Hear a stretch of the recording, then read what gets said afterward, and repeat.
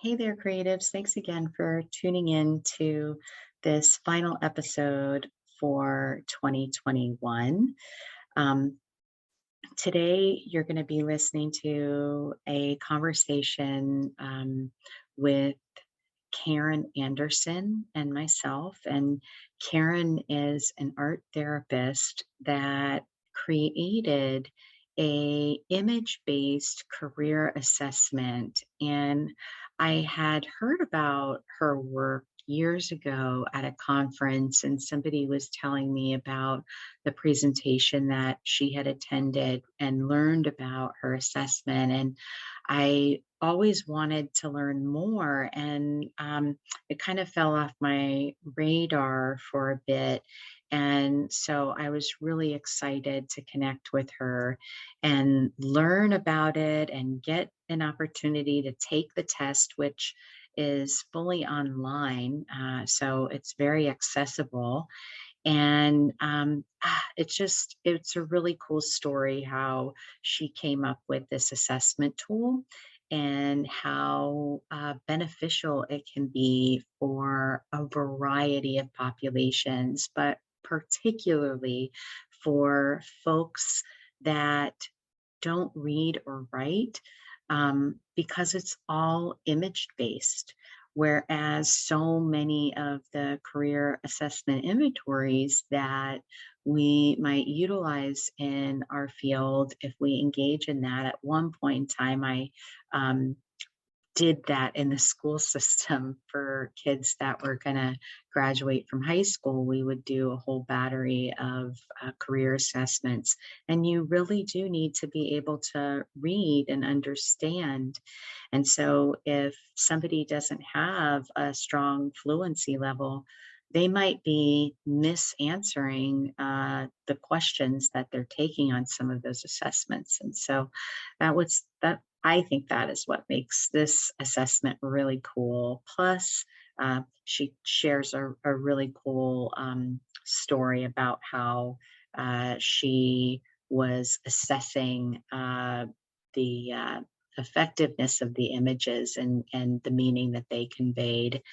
Um, so I hope you'll listen and enjoy. And as a reminder, if you're interested in participating in a group based support program, I am offering the mastermind group again in 2022. So if you're starting a practice, if you're in the early stages of practice and you're looking to receive support to build out the work that you're doing, I'd love to talk to you and see if it would be a good fit. And you can head over to creativeclinicianscorner.com/mastermind group. And there you'll find a lot more information about the group and also an opportunity to reserve your reserve a 20-minute chat with me so we can really talk about what is going on for you and really determine if this would be the right thing. And so included in the mastermind would be teaching workshops, some hot seat style coaching sessions, and private Facebook group. So if that sounds like something you'd be interested in participating in, head on over to creativeclinicianscorner.com/mastermind-group. All right, enjoy the episode. The Creative Psychotherapist is the official podcast of the Creative Clinicians Corner, a practice-building resource for creative psychotherapists. TCP Podcast is the cast for creative, expressive, and experiential-focused psychotherapists curious to learn how to design, build, and scale a thriving private practice. Your host, Raina Lombardi, interviews successful therapists about the tools and strategies they have used to develop creative-focused practices. They also talk about the products, services, and side hustles they have developed using their knowledge and creativity to enhance their therapy practices, make a greater impact in their communities, and diversify their income streams. Welcome. Now here's your host, Raina Lombardi. everybody. Thanks so much for listening to the Creative Psychotherapist Podcast. I'm your host, Rena Lombardi, and I am delighted to welcome my next guest. Karen Anderson-Fignon is a licensed clinical art therapist and career coach. She created the EPICS assessment tool in 2013 and uses EPICS to help individuals find meaning and purpose in their work and daily lives. The program uses the results of the assessment with brain science to craft a short and long-term goal, highlight interests and skills, understand why personal and professional values are important in the workplace, and more. Karen presents at conferences and facilitates professional development workshops to schools, vocational rehabilitation services, and virtually. Her signature workshop, Hands-on Career Development, workshop for all learners and ages, focuses on helping people to discover their unique code and start their EPICS journey. Welcome, Karen. Thanks so much for being here. Thank you for having me. I'm so excited. I'm excited too. So let's dive right in. What made you decide to create a career assessment? Well, it wasn't quite that easy. It's a little bit of a story, which I'll make it pretty short. I was making jewelry, and a residential school asked that they could buy some bracelets that I was selling to raise money for our food bank. And to make that short, it was an art therapist that was running the program. And I looked at these girls and said, wow, this could be my daughter. And I decided, I think I want to go into art therapy. So from there, I had to go and finish my degree. And during the master's program, they said I had to take a career counseling class. And I'm like, I don't want to. I don't want to work in career counseling. I want to do grief work. And my teacher was like, sorry, you're going to take the class. And that actually changed my life, because when we were doing the career counseling, I realized all these different assessments that they were using for students and for any individual could be skewed. Like if you were smart enough and you wanted it to kind of sway to a certain way, you would read the question and answer it appropriately, because they're like forced choices. But then I thought, if I use imagery, it's going to react in a way different level on the subconscious. Because it works on the subconscious, it would be more true to what interests you when you're looking at a picture and what you liked. So that's how the whole assessment started, and it's just been my little baby since.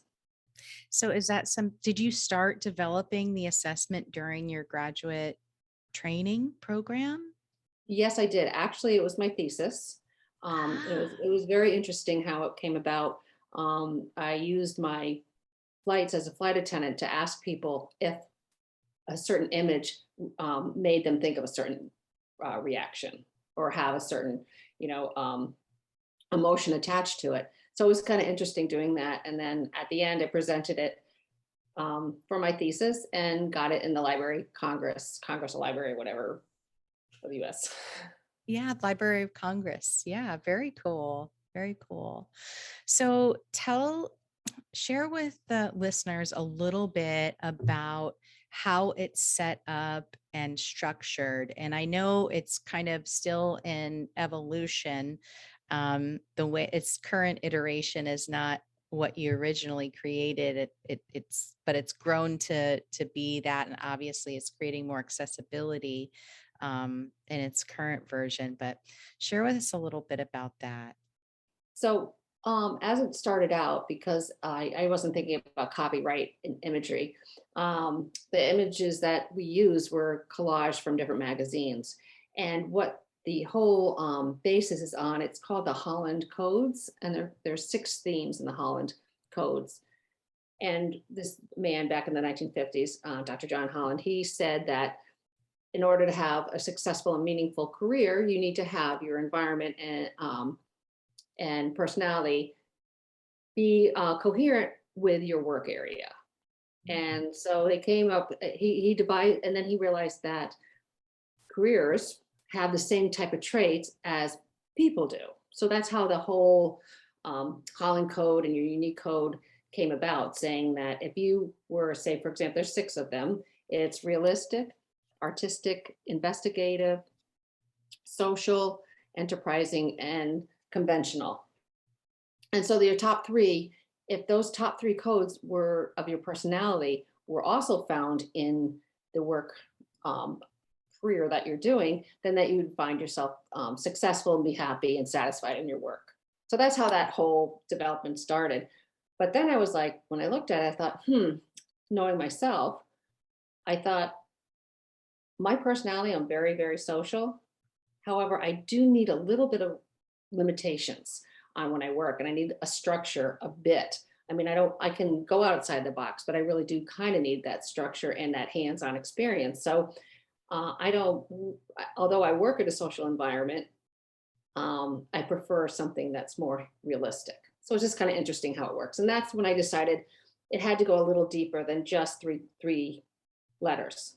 It Mhm. needed to be divided from personality and environment in order to have like a true reading. Mhm, mhm. Okay. And so how many cards are in the EPICS assessment? Okay, so originally it was cards and now it is online. So there's 108 images that you look at. And I wanted it as easy as possible. So basically you just take a look at an image and you decide either whether I'm interested in learning more, I'm attracted to that image, or I want nothing to do with that image because it doesn't interest me. And that's what you do. So it's called a card sort. And originally it was an actual physical deck. And I still have them, so that, for example, if you were working in a special population that might not be able to use a computer, you could actually buy a set and use it physically. And at the end, you go through and then it'll tell you your dominant themes in your personality and your environment. Nice. Nice. So how long would you say in total it took for you to really develop, research, you know, validate this? Because that seems like a tremendous investment to create an assessment. Yes, it took probably about a year and a half to develop the assessment itself. And that was with the original imagery that was used to develop the 108 cards, the ones that were not copyright, that had copyright, so I had to have it redone. So just that alone, and I can't even tell you the man hours because it started with some of my children's friends coming, and I'd say, make a card that says, I like to fix things, or I want to help somebody, or a card that might say, I like things that are very organized.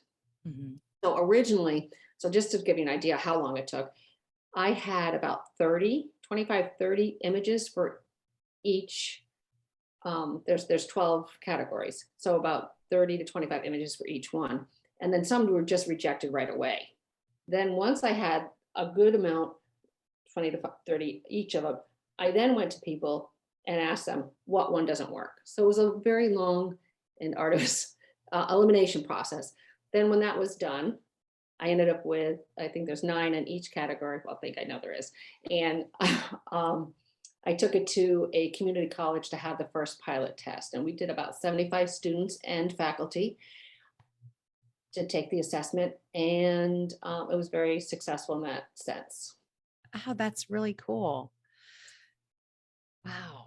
Yeah. So a lot of work went into it. And I'm wondering, okay, so you create all these cards. You didn't realize that there was copyrighted images there, which that's a learning lesson, right? For all of us, if we're going to use imagery, even if it is collage material, it is copyrighted because it was from the magazine or the publisher that, okay, we have to do our due diligence. So once you realized that, then what was the process to get the iteration of what those images are now? So then I went and hired actually, she was an art therapist also. I hired an art therapist and I gave her all the cards and I said, I need you to duplicate these images as close as you can of each of the 12 categories. And then I need you to make another 5 in each category to see if, the ones that ended up being tried and true, which were what were originally made, um, would still stand out. So after she had gotten all that together, the process started again, asking people, Mhm. which ones worked, which ones didn't. And those are actually, there's only like 3 out of the entire deck that were one of the ones that she created on her own Oh, that are in wow. the deck now. So the first group was pretty accurate, but I can tell you, when I had people collaging them, some of the stuff was really crazy that people came up with, which was really fun to see. But I was like, "Ooh, I don't think I'm gonna ask her to do this again." Yeah, no, I can see why you would want to hire out help too, because that would be a tremendous amount of work to do all on your own. It would have been really tedious. Then the other thing is too, is I wanted to make sure that one of the things I did tell her is I said I wanted every ethnicity represented within the deck Mhm. when we went and redid it. And a couple other little things that I felt were important. And like one of the items is there's no American money in it. And if you look at anything that has money, it's in a foreign currency because I didn't want that um, attachment to the US Mhm. dollar. Like that's what I want, money, money for say a young student, because they're not then really think, they start to think in their mind something different than elicit from their gut what they like or Mm. dislike. Fascinating. Yeah, I probably wouldn't have thought about that, but it makes a lot of sense. We do have a lot of attachment to images of money and thoughts of money that are on a very unconscious level, possibly inherited from our family. And, Yeah, uh, absolutely. that would play out for sure in the images. Wow. So, in your practice, how do you use the epics to help somebody find their journey and kind of map out their journey? And how are you integrating it in your practice, basically?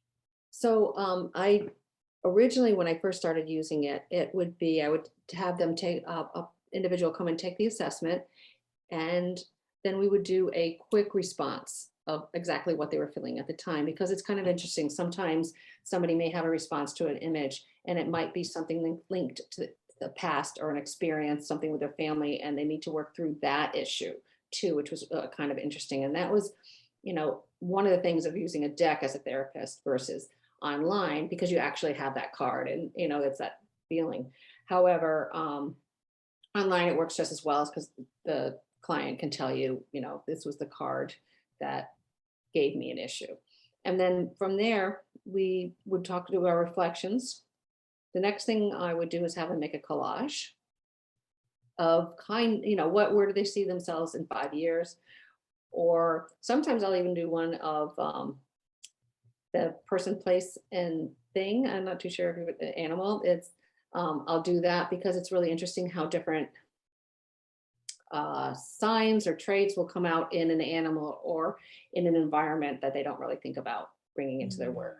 And so I'll just do something really quickly, which was one. There's also a visualization, which is will be down below that you can just go and listen to it, free. But we was working with this one woman in New York City, and she was very high-powered executive, but she was really unhappy. She was probably mid-50s, so she was just, I'm just finishing out my career. I don't want to get, you know, let go because of X, Y, and Z. Sure. And she said, but I'm just really not happy. She goes, and I go into a meeting, and I'm with these men, and I feel like I have to, perform a certain way. I said, okay, well, let's see if there's something we can do. We took the assessment, and then she wrote down her reflections, and she proceeded to make a collage after she listened to the visualization. And I will ask the people, what are you wearing? What do you feel? Like, what's underneath your feet afterward? And so she made a collage of all this flowing clothes. So it was like very feminine. And I said to her, it's very interesting because, your collage is saying one thing, but you're telling me about work being another. And I'm just wondering, what do you wear when you go into them? She goes, well, I wear these suits and they're very, formal. And I said, oh, I think you're not being true to yourself because your results came out X, Y, and Z. Mm-hmm. which means that you need to integrate something into your life, into your work area, and maybe your clothes would do it. And about 3 months, not 3 weeks later, when we had met another time, and the third time, she was like, you're right. I started wearing like these really silky and more feminine blouses. And I said, I'm not keeping everything, buttoned up and tight. And she said, no one looked at me funny. And I feel so much better. I feel more confident because I feel like I am who I really am now. Oh, wow. And it was really interesting because that was just the clothing. That was Mm-hmm. a big change. But that came out through, between using the assessment, making a collage and talking about it, and from the visualization. Another one was golden handcuffs. As one man, it was just interesting. He was 34 years old, and it came out exactly. He was a high finance on Wall Street. He made a huge amount of money, but he said, I'm just not happy. And I said, okay, let's see what we're going to do. Because he goes, I can't quit my job. I make, he made well over $600,000 a year. And I said, oh, I get that. And so we went to make it short. We went through the whole process and the visualization and talking. And it turned out that this is so funny. He loves salsa dancing. He was actually from Santo Domingo, and his family all danced. He grew up dancing, but he didn't dance any longer or have any kind of, interaction with that kind of group. So we ended up devising a way for him to start a salsa club in high school in the city. I forget where it was. And he was able to work with them and get his dancing in. And he said, now I'm happy going to work again because my money now supports, because it doesn't cost me much to support this group. And so it gave him the reason to continue. Mm. So that's one of the things that I like about this assessment when we're talking about older or, people that are already in their career, but wondering, what do I do? I'm Mhm. not happy, but I can't leave.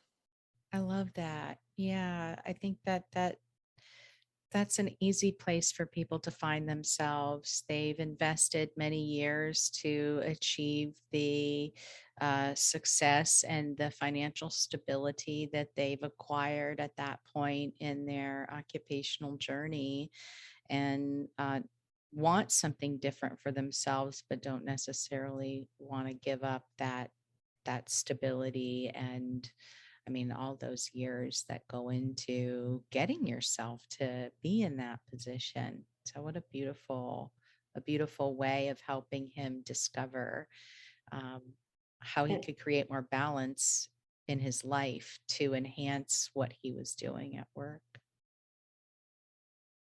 Hey there, listeners. I'm just cutting into this episode for a couple of minutes to share with you some upcoming events that we have that I don't want you to miss out on. First, we're going to be reopening the Creative Therapy Practice Builder Mastermind Group in 2022.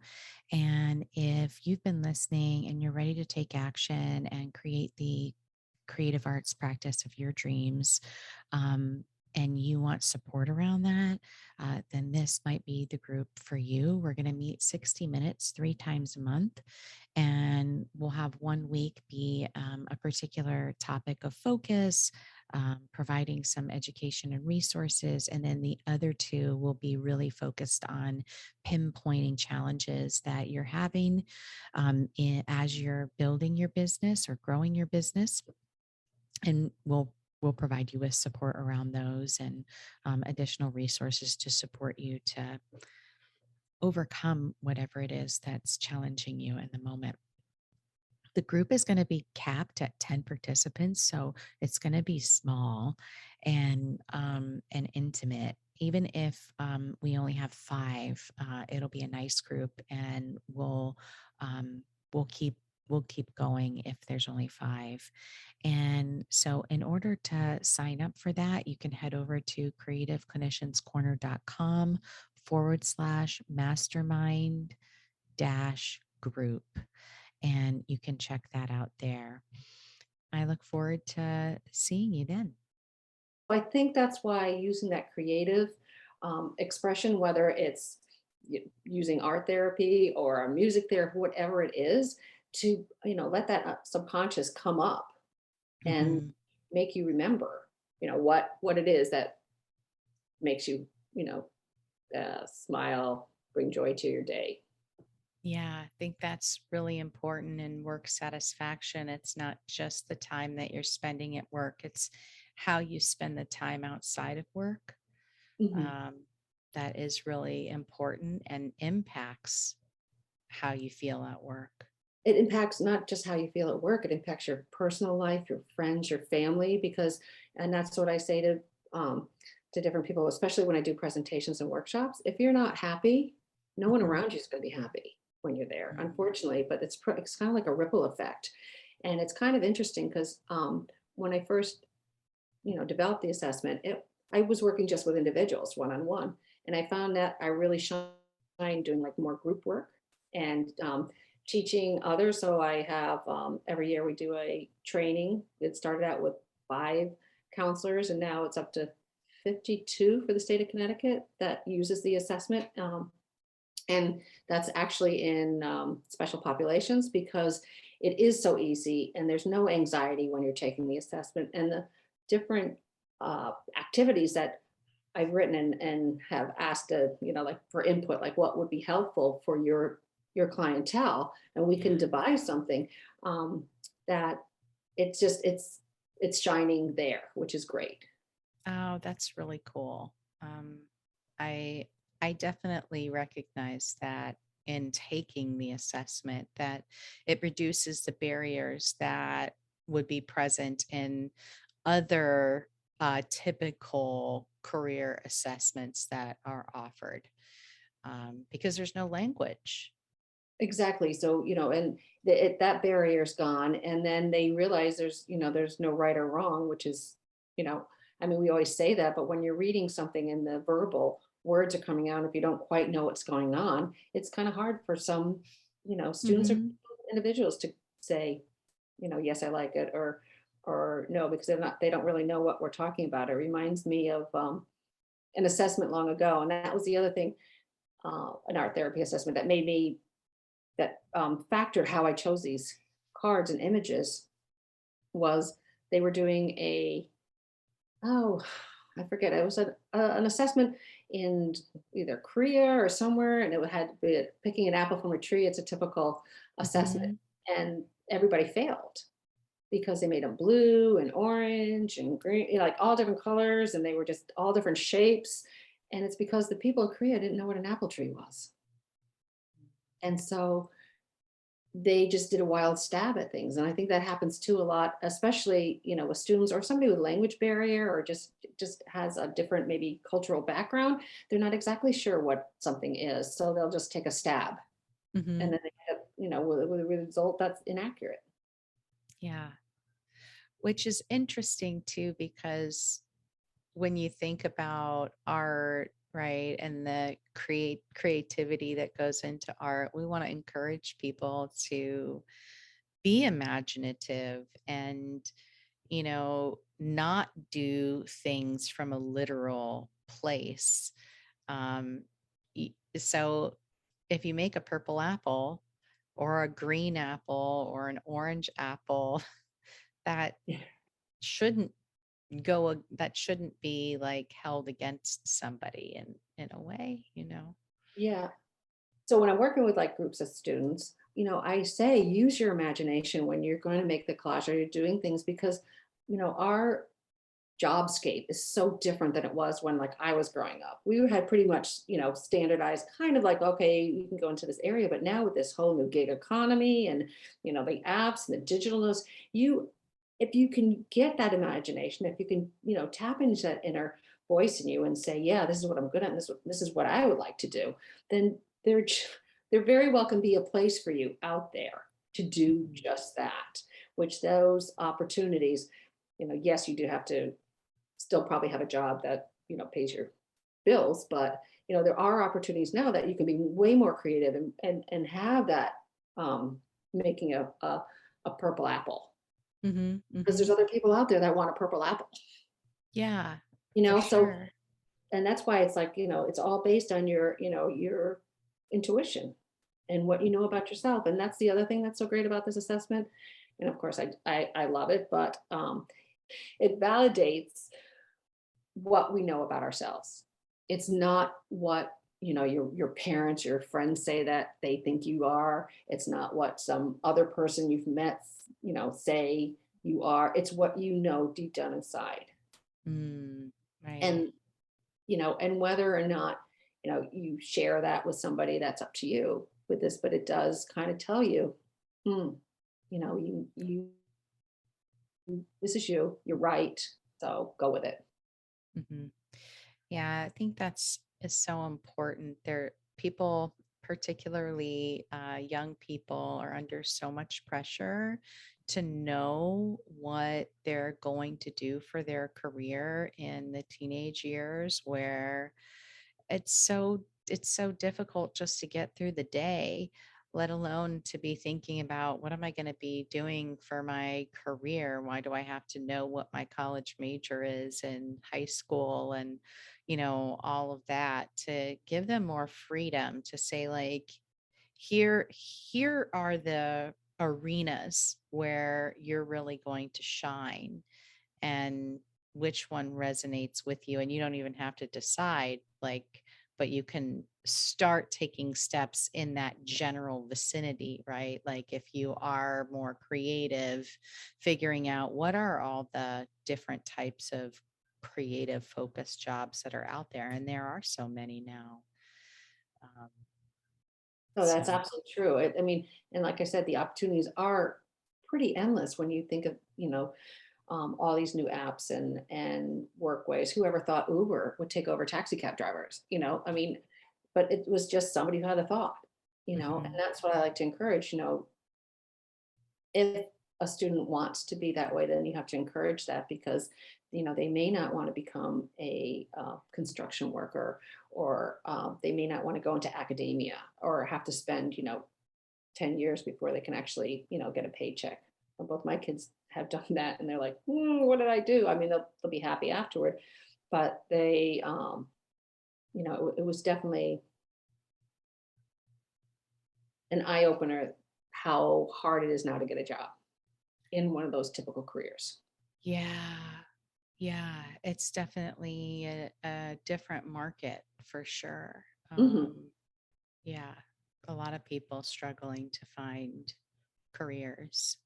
Yeah, and the other thing is I don't we don't put enough emphasis on personal values Mm, to be met in your work area, because there are so many people that need to have like a reinforcement that they're doing well or accepted, and some of these places that where they're working, they don't have that. It's you're just another person. Some people need that reassurance on more regular basis, and other people don't. And so those are the, like, what personally do you need? Do you need to have a flexible schedule because maybe you're taking care of an infant, or you're taking care of an adult, older adult, or your parents? What mhm. is it that you actually need? Like another friend of mine, she's amazing. She's very smart, but she doesn't really work 9 to 5 well, because Sure. she'll do a stint of like 10 hours all through the night and come out with amazing work. And so now, she her employer recognizes that and lets her do it the way it works Mm, for her.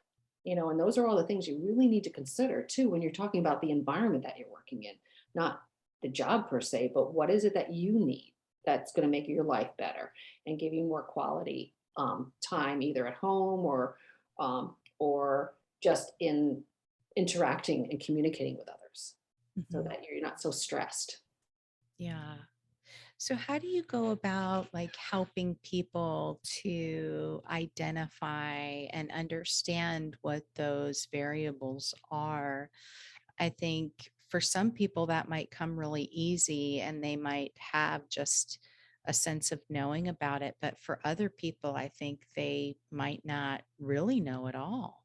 And so that's kind of as I said before, with I do a lot with rehabilitation or vocational with special populations, and what we're trying to work in is customized employment. So by using the assessment and the different activities, it gives somebody a clearer idea of what they need, but those things are written out there for them.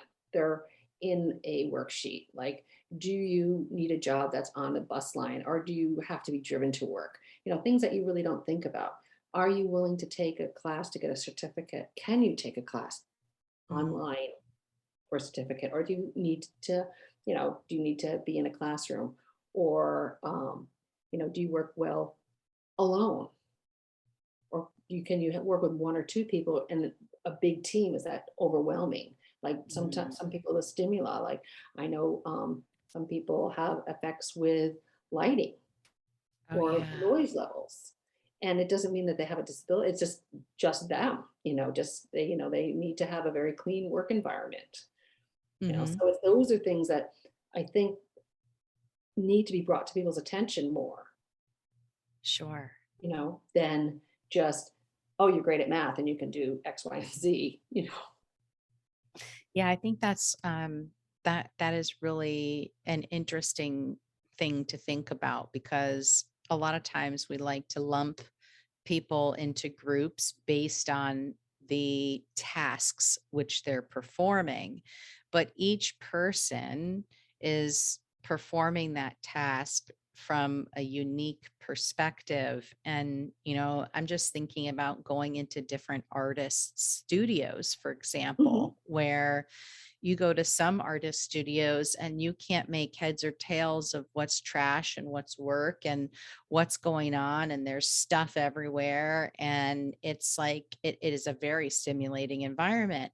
And then you go into another person's studio and everything is crisp, it's clean, there's no clutter, the paint or the colors that they're working with are organized in a very specific way, and each person is able to be successful in those different environments. They're accomplishing the same task, but they do need different, they need a different environment in order to achieve the outcome.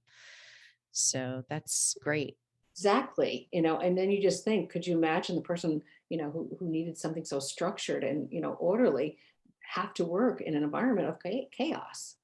That would just, it would, one, it wouldn't end well, and it would just, shut down all their creative processes, because they'd be trying to, become less stressed in Yeah. trying to deal with something that, if they know that in advance, Mhm. it helps to eliminate maybe a problem. Right. Like that might not be the best setting for you. Let's see if we Exactly. can find a different setting.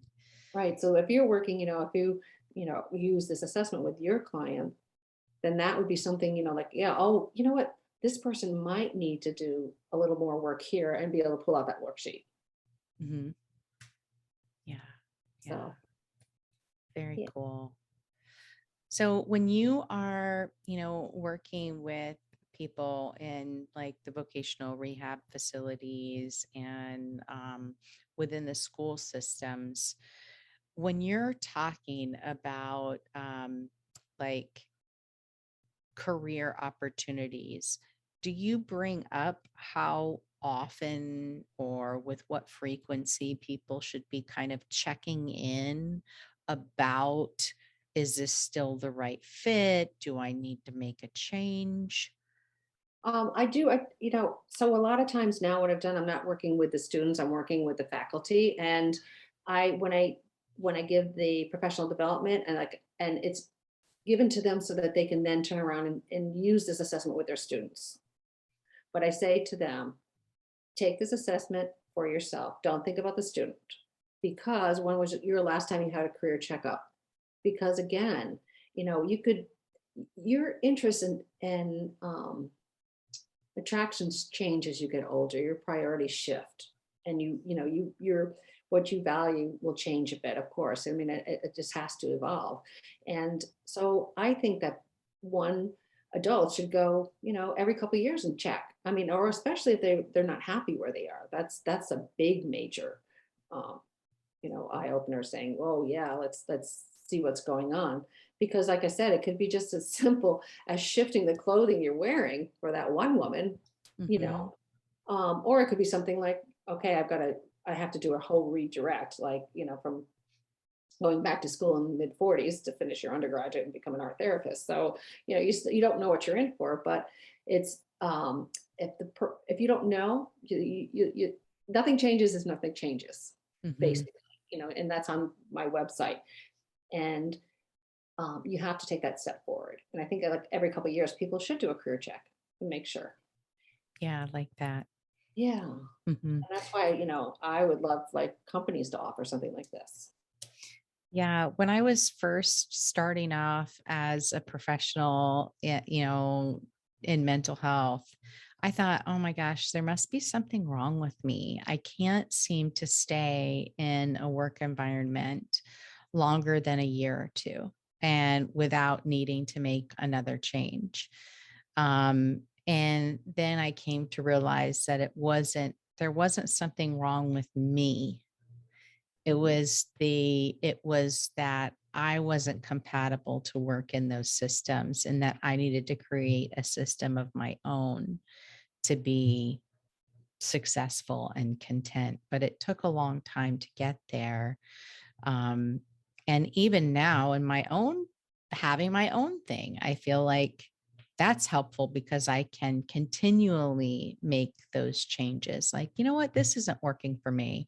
I don't want to see that many clients. Oh, I want to do podcasting now. Oh, I want to do this. And I have that flexibility to make it work to keep my interests and excitement about the work. Absolutely, because that's one of the most important aspects of your work. If you're not interested, if you're not involved, engaged, doing what you're doing, then Mhm. you get stale, And how many times have you gone somewhere and you've met somebody and you can tell they're just kind of making it through the day? I hate saying like the DMB, and I know there's always cracks and jokes, but you know what? That, you know, it's exactly true. I mean, I work with other flight attendants that, it's time for them. They should do something. And I'll say to them, find something that will make you happy, Mhm. Mhm. and like and it's the environment. It's not what they do. It's Right. the environment, just like you found out. And it's, you know, you're fortunate enough to have been able to figure that out on your own, but a lot of people, it takes a long time. And wouldn't it be great if they could like shave off a couple years of not knowing, Yeah. Yeah. and make the move? Right. Get unstuck. Hmm. Right. Absolutely. Yeah, it kind of goes back to what we were talking about in the beginning where people really feel like, "Oh my gosh, I've invested so much time and energy and effort to achieve the success that I'm experiencing at this juncture in my career and I don't want to sacrifice that, but I'm also not really fully satisfied." Right? So people will Right. stay. Yeah. I know that I'm not fully set. I'm going to stay and I'm looking at 10 years. What am I going to do? So yeah, that's exactly it. And like, Yeah. is the assessment like a end all? Like you don't have to do anything else? I say no. This is a great springboard. This really works with your interest in that gut feeling of yours. It doesn't mean that taking other assessments aren't helpful. I think that Mhm. it's by using as many tools and learning as much as you can about yourself is really what's going to motivate you to keep going further and take that extra step. Yeah. Yeah, definitely. Um, it's there's not a one I don't know, one trick pony, that like saying like, you know, there isn't one thing that we can do that's going to fix everything. There's so many things that we have to be doing to get there. Absolutely. Yes. And I think that a lot of times, we're so focused with the end result of the career or the job, the money, that you forget to think about your likes and what's attracted and those other little, you think all those other little things, but it's not. Those, I always say, it's the little things that kind of get you. It Mhm. can overcome huge obstacles. Right. The little things that kind of nag, and that's what is so important. That's what comes up when you work in the creative field. Yeah. It's like if we can find the joy and satisfaction every day, even if it's just a little bit, instead of investing in the idea that I'll feel happy and joyful and satisfied when I reach this set, point over here in the distance. But that just sets us up for a lot of discomfort and misery in some cases. It's really about the journey, which I like, how you've titled it your EPICS journey, because it really is about the journey, not the destination. Um, Right. And you could end up, working and taking the assessment and doing different things. And all of a sudden you realize, you know what? Um, I realize exactly what I don't like. I might not have gotten exactly what I'm going to do, but I know for sure now I don't want to do X, Y, and Z, which has mhm. also been some end results with people that I've worked with. Yeah, that's good clarification, right? That's just as important. hmm Yep, it is. I think sometimes it's almost easier for us to hone in on what we don't want than it is to gain clarity about what we do want. Well, I think that what happens is once you eliminate what you don't want, what's left, you go, wow, I didn't realize this. I didn't think about that, hmm because when you're unhappy in, you put, yourself and it's painful, you know exactly what that is. hmm hmm But sometimes when you're just having a, great day, you don't really know what was it that made it great. You know what I mean? I mean, why that feeling, not a great day, but why you're just, stepping a little higher that day, Sure. until you can pinpoint it. But you know that when something hurts, what it is.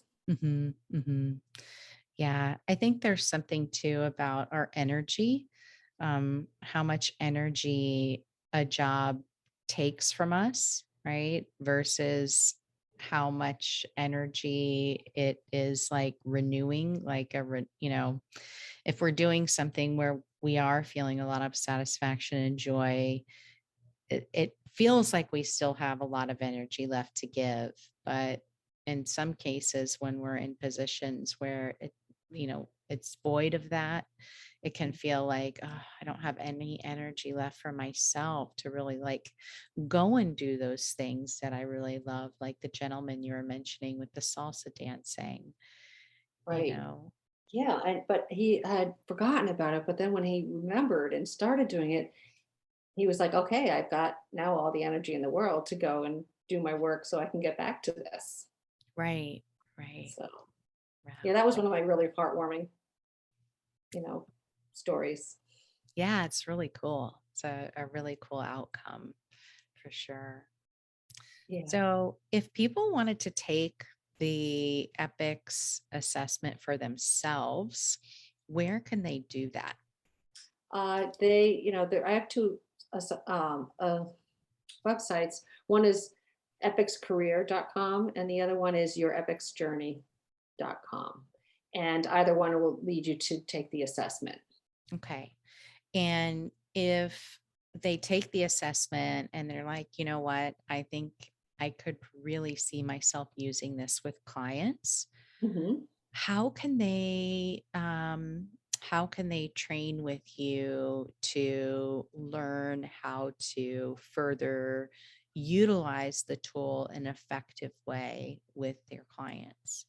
There's two ways. Well, I would have them email me first. That would be the most right now because I do about every other month. I do a Zoom course, Oh, okay. which I do. It just depends if I have five or more people that are interested. We go together, and then I will help you peel back the layers depending on what's going on. What kind of therapy you're doing, or your clientele. And then hopefully, if all goes well, there might be a workshop this spring where you'll be able to get the CEUs, which you'll be able to use. Oh, it would be very important. And that would be a little bit of a larger one, not such a small one. And usually the workshops, they last about 2 hours. Okay. Yeah. All right. But yeah, So, there'll be nothing for a little while for the sure. holidays. Oh, yeah. Holidays are coming up. We're recording this kind of the week leading up to Halloween, but listeners, you probably will be hearing this sometime in December, I imagine. Oh, perfect. So, just thinking about 2022 opportunities in 2022 to connect and learn more about your work and how people can use use the EPICS assessment in their practices with clients. I think it's a really valuable tool Thank for you. people. Yeah, thank you. Thank you. All right. All right. So there are, I think, it's going to be some goodies down below that you're going to be adding. So there's also going to be a promotion code that you can use. It'll be only from hearing on this podcast. All right, so we'll put that in the show notes. So a little promo code if you want to take the assessment. Karen's offering a discount for listeners. And we'll put that promo code in the show notes. So you'll have to check that out there. All right. Thanks so much for being here today, Karen, and sharing about your work.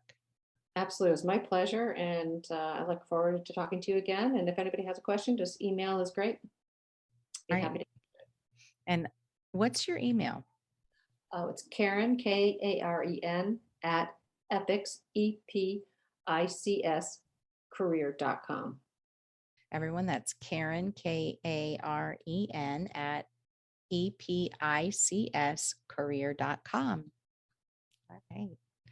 Well, thank you so much again. And I really appreciate learning about your work and how I can use the EPICS assessment with the folks that I work with. Great. Well, thank you. And everybody have a wonderful day.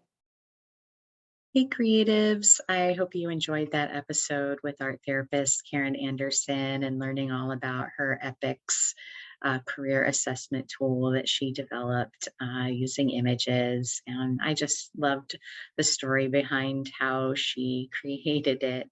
And I also think it's really cool that she has she's in these two dueling careers, one as a flight attendant and another as an art therapist. I just think that's really amazing.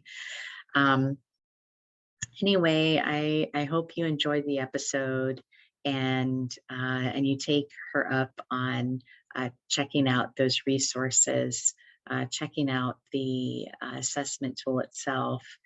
And just a reminder, this is the last episode that we're going to be releasing for 2021. So I hope that you all have a wonderful, safe, healthy, and joyful rest of December and Happy New Year.